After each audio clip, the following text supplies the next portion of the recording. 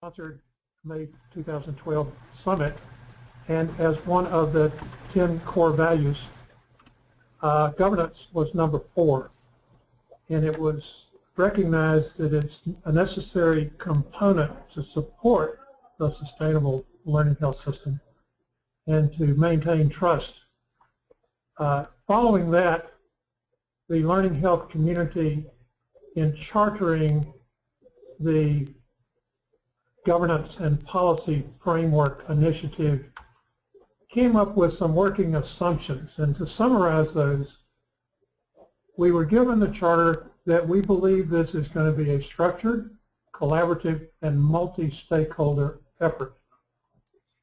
It will be governed with a multi-party agreement. The participants in this will be from many parts of the healthcare sector, including providers, payers, federal agencies,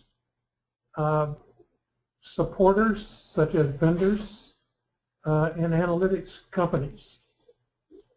And I just went past my presentation, but I want to talk about also that it must have a trusted governance structure, and someone is in control other than me, so I'm going to continue to fight this.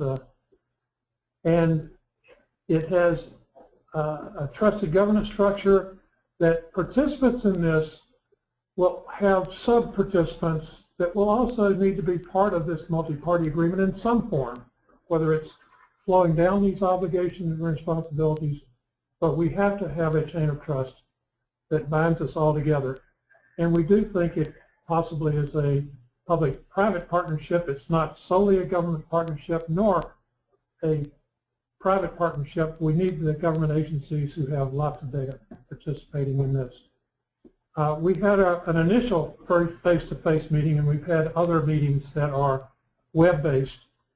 But we had an initial meeting in October, and then we have our next planned meeting face-to-face in early April.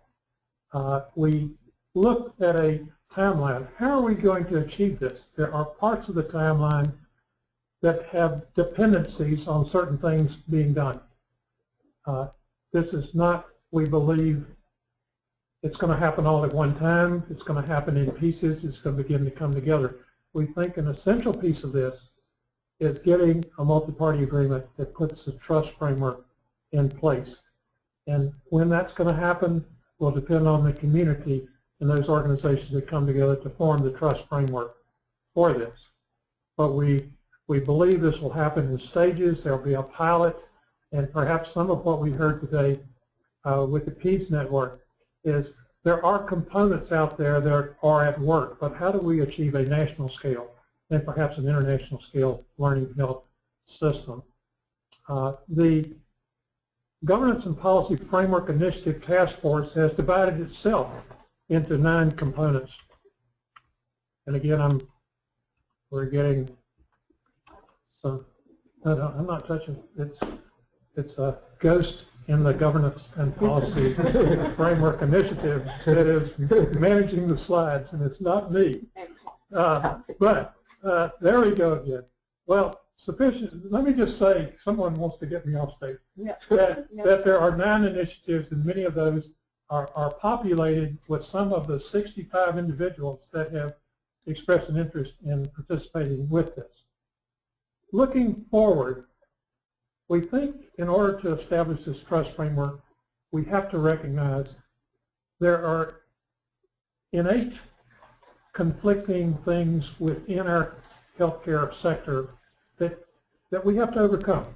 There's a natural competition between entities who want to maintain a competitive edge, and they think control of data is a way to maintain that edge. Intellectual property, how does one exploit that and still provide information that's of use to the global community? When we have sanctions and breaches to whatever the agreement is, how do we manage those? how do we maintain the trust? The economic incentives. How do we share data and provide incentives for people to share so that there's a reciprocal benefit to those who are giving up data about their patients, that there's a greater benefit to them from being accessed to the greater whole bolus of information? And how do we stimulate innovation here rather than stymie it? How do we continue to support innovations in the space of analytics, informatics, the technology piece, as well as the governance piece, because governance will change. And then from the perspective of governance and policy, we think technology is the least of our concerns. We think governance is going to provide the framework for us to move forward. We're happy that ONC recognized the learning health community, its values, its leadership. It in itself is providing a stimulus to this whole movement. And that in itself will provide a challenge for us in terms of, is the marketplace going to get confused with many proponents of a learning health system coming forward who may not necessarily be working together? And I think bringing the community together is going to be very essential to us moving forward. And thank you very much for this opportunity to talk.